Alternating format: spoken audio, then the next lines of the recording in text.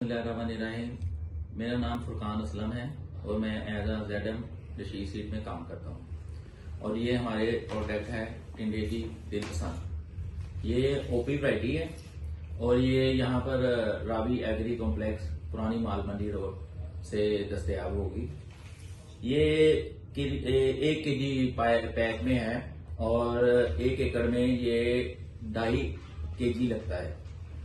अगर इसको हम कपास में लगाएं तो 1 kg भी ये लगता है। इसकी सबसे अच्छी खासियत ये है इस टिंडे की कि ये 40 से 45 दिनों में तैयार हो जाता है और इसकी जो रंगत है बहुत अच्छी है।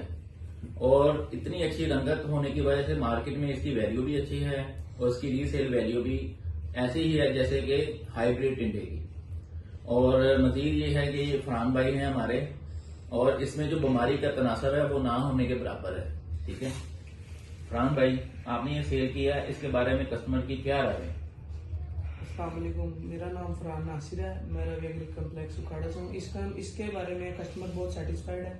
ये कस्टमर ने लगाया है तो इसका मार्केट में भी रेट अच्छा है, मंडी में भी अच्छा है। कस्टमर कह रहा है बहुत अच्छा टिंडा है। तो कई कंपनियों का उन्होंने लगाया, कह रहे हैं इनका बहुत अच्छा रिजल्ट है। तो हम मुतमिन है, कोई इसमें ऐसा इशू नहीं है। माशाल्लाह।